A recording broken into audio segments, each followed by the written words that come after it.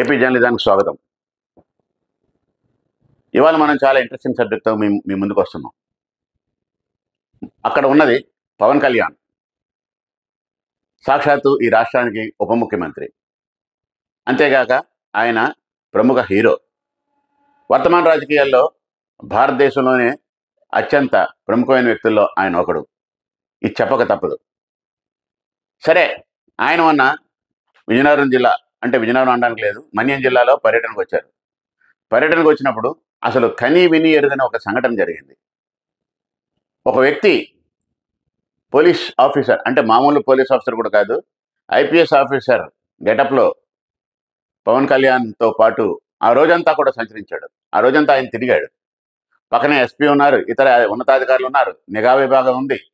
ఈ అందరూ ఉన్నప్పటికీ కూడా ఒక సామాన్యమైన వ్యక్తి, ఒక సాధారణ వ్యక్తి ఐపీఎస్ అధికారి గెటప్ వేసుకొని, పూర్తిగా సినిమాలో లాగే సూటు బూటు గెటప్ మొత్తం, షూస్, టోపీ అన్నీ పెట్టుకొని, బూట్లు, కారు డ్రైవరు అన్నీ పెట్టుకొని ఉప ముఖ్యమంత్రితో ఎటువంటి బెరుకు లేకుండా ఉప ముఖ్యమంత్రితో పాటు ఆ రోజంతా తిరిగాడు.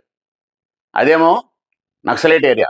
అంటే ఇప్పుడు నక్సలైట్ యాక్టివిటీస్ అంతగా లేకపోయినప్పటికీ కూడా విజయనగరం జిల్లాలో మన్యం ప్రాంతం అంటే, ఒకప్పుడు విజయనగరం జిల్లాలో, ఉమ్మడి విజయనగరం జిల్లాలో మన్యం ప్రాంతం అంటే నక్సలైట్ల కదలికలకు చాలా ప్రసిద్ధిగాంచింది. ఇటీవల కాలంలో వారి యాక్టివిటీస్ కొంత తగ్గినప్పటికీ కూడా ఏమో ఏ క్షణాన్ని ఎటు నుంచి ఏమో వస్తుందో. అందులో అక్కడ పవన్ కళ్యాణ్ ఉన్నది. పవన్ కళ్యాణ్ ఆయన ఎప్పుడు కూడా వార్తల్లోని వ్యక్తి. తర్వాత ఆయన ఇప్పటికే డేంజర్ జోన్లో ఉన్నట్టుగా మనకి కథనాలు ఉన్నాయి. అటువంటి వ్యక్తి అందులోని ఇటీవల కాలంలోనే ఆయన సాక్షాత్తు పోలీస్ శాఖ పనితీరుపై విమర్శలు చేశారు. అదో పెద్ద వివాదంగా మారింది. తర్వాత అఫ్కోర్స్ ముఖ్యమంత్రి చంద్రబాబు నాయుడు జోక్యంతో, హోంమంత్రి అనిత జోక్యంతో అది కాస్త సద్దుమణిగినప్పటికీ కూడా పవన్ కళ్యాణ్ అనే వ్యక్తి ఇలాంటి ప్రాంతానికి పర్యటనకు వచ్చినప్పుడు ఎంత జాగ్రత్తగా ఉండాలి. ఏదో నక్సలైట్లు వచ్చారనో, లేకపోతే గుర్తు తెలియని వ్యక్తులు అక్కడ సంచరించారనో ఇది కొట్టిపారడానికి లేదు.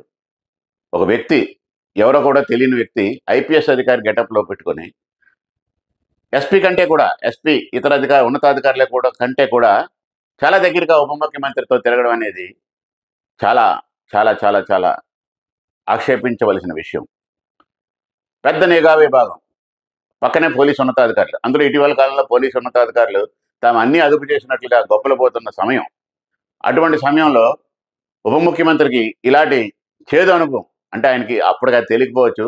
ఇప్పుడైతే ఆ రోజంతా జరిగిపోయింది, మామూలుగా న్యాచురల్గానే జరిగిపోయింది, ఏమీ జరగలేదు. తర్వాత ఈ ఫోటోలు మర్నాడు అన్ని పేపర్లో వచ్చినప్పటికీ అప్పుడు ఒక్కసారిగా నిఘా విభాగం, విజయనగరం జిల్లా పోలీస్ విభాగం, మన్యం విభాగం ఇవన్నీ కూడా ఉలిక్కిపడ్డాయి. ఎలా జరిగింది ఇది? ఏం జరిగింది? ఎందుకు జరిగింది? మనం ఎక్కడ లోపం అసలు? అంటే ఈ ఈ సంఘటన నిజంగా చెప్పాలంటే నిఘా విభాగం పనితీరుని, పోలీస్ శాఖలో డొల్లతనాన్ని దెబ్బ కొట్టినట్టు చూపించింది. ఇందులో అయితే అనుమానం లేదు. ఒక విలేకరి తాను, అంటే నేను ఒక విలేకరిగా చెప్తున్నాను, ఒక సీనియర్ రిపోర్టర్గా చెప్తున్నాను. మేము అంటే పవన్ కళ్యాణ్ అంత స్థాయి వ్యక్తి పక్కన పెట్టండి, మా జిల్లా మంత్రి వచ్చినప్పటికీ కూడా ఆయన చేరడానికి మాకు ఎన్నో ఆటంకాలు ఎదురవుతూ ఉంటాయి. ఐడి కార్డు ఏది? నువ్వు ఏ పేపర్లో పనిచేస్తున్నావు? నీ పేపర్ ఇచ్చిన ఐడి ఉందా? గవర్నమెంట్ ఇచ్చిన అక్రిడేషన్ ఉందా? లేకపోతే ఈ పర్యటన సందర్భంగా ఎస్పీనో కలెక్టర్ గారు ప్రత్యేకంగా జారీ చేసిన పాసులు నీ దగ్గర ఉన్నాయా లేదా అని మాకు 100 వేధింపులు. అలాగే బీజేపీతో మాట్లాడడానికి, ఇక ప్రత్యేకంగా ఇంటర్వ్యూ తీసుకోవడం కానీ, ప్రెస్ మీట్కి కానీ, ఆయన దగ్గరికి చేరడానికి కూడా మాకు అవకాశాలు లేని పరిస్థితులు మేము ఎన్నోసార్లు ఎదుర్కొన్నాం. అఫ్కోర్స్ నేను చాలాసార్లు పెద్ద పెద్ద వాళ్ళతో మాట్లాడాను, చాలా పెద్ద పెద్ద వాళ్ళతో ఇంటర్వ్యూలు చేశాను. ఆ సమయంలో కూడా మేము ఎన్నో అవాంతరాలు, ఎన్నో ప్రతిఘటనలు ఎదుర్కొని మొత్తానికి, అంటే వృత్తి పట్ల అంత నిబద్ధత ఉన్న జర్నలిస్టులుగా వాళ్ళ దగ్గరికి చేరగలిగేవాళ్ళం. ఇప్పుడు అది లేదు.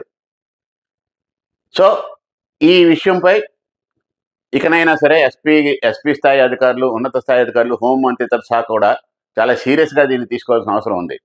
రానున్న రోజుల్లో ఇలాంటి ఒక సంఘటన జరగకూడదు.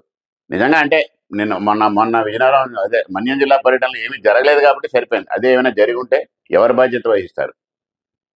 ఈ రాష్ట్రంలో ఇది ఎంత అవమానకరమైన వ్యవహారంగా సాగి ఉండేది. రాష్ట్ర ప్రభుత్వం పరువేమయ్యేది, హోంమంత్రిత్వ శాఖ పరువేమి, పోలీసుల శాఖ ఎంత సిగ్గుతో తలవంచుకోవాల్సిన పరిస్థితి వచ్చేది. ఎందుకంటే సాక్షాత్తు పోలీస్ అధికారి వేషంలోనే, అరే ఇప్పుడు ఆ వ్యక్తిని పట్టుకున్నారు, అదంతా అతను మోటివ్ ఏమిటనేది కూడా ఇంతవరకు తెలియలేదు. ఒకవేళ ఇది సామాన్యమైన ఆ వ్యక్తి నిజంగానే పవన్ కళ్యాణ్తో దగ్గరగా మూవ్ అవుదామని అనుకుండొచ్చు, లేకపోతే ఇంకొక క్రేజ్తో ఇదంతా చేసి ఉండొచ్చేమో. అవి పక్కన పెడదాం, ప్రస్తుతానికి అయితే ఇంకా వాస్తవాలు తెలియలేదు కాబట్టి దాన్ని పక్కన పెడదాం. కానీ జరిగింది చాలా చాలా చాలా చాలా తీవ్రమైన విషయం. ఇది ఇవాళ పవన్ కళ్యాణ్ అయింది, రేపు ముఖ్యమంత్రి చంద్రబాబు అవ్వచ్చు, ఇంకోరు అవ్వచ్చు, రేపు కేంద్ర మంత్రి అవ్వచ్చు, సాక్షాత్ మోడీయే రావచ్చు. ఇవన్నీ జరిగినప్పుడు నిఘా విభాగం కానీ, పోలీస్ విభాగం కానీ ఇంకెంత అప్రమత్తంగా ఉండాలి. ఈ సంఘటన విషయంలో చాలా లోతుగా పరిశోధన చేసి ఇకపై మరింత జాగ్రత్తగా వ్యవహరిస్తేనే ఇలాంటి సంఘటనలు జరగకుండా, ఇలా సంఘటనలు పునరావృతం కాకుండా తగిన చర్యలు తీసుకోవచ్చు. ఇప్పటికైతే మాత్రం ఖచ్చితంగా ఇది పోలీస్ శాఖ కానీ, నిఘా విభాగం కానీ సిగ్గుతో తల తంచుకోవాల్సిన ఒక పరిస్థితి ఈ రోజున ఉత్పన్నమైంది. ఈ విషయంలో రాజీ లేదు, ఈ విషయంలోని ఎటువంటి వివరణలకు కూడా తావులేదు. చూద్దాం. నిఘా విభాగం కానీ, పోలీస్ విభాగం కానీ, అంటే ఇప్పుడు ఈ నకిలీ ఐపీఎస్ని పట్టుకోవడం ఇదంతా పక్కన పెడదాం, కానీ రానున్న రోజుల్లో వీటిని అరికట్టడానికి ఏం చేస్తారనేది చూద్దాం. అంతవరకు ఎదురు చూస్తూ మరో స్టోరీ కోసం వెయిట్ చేద్దాం. సెలవు.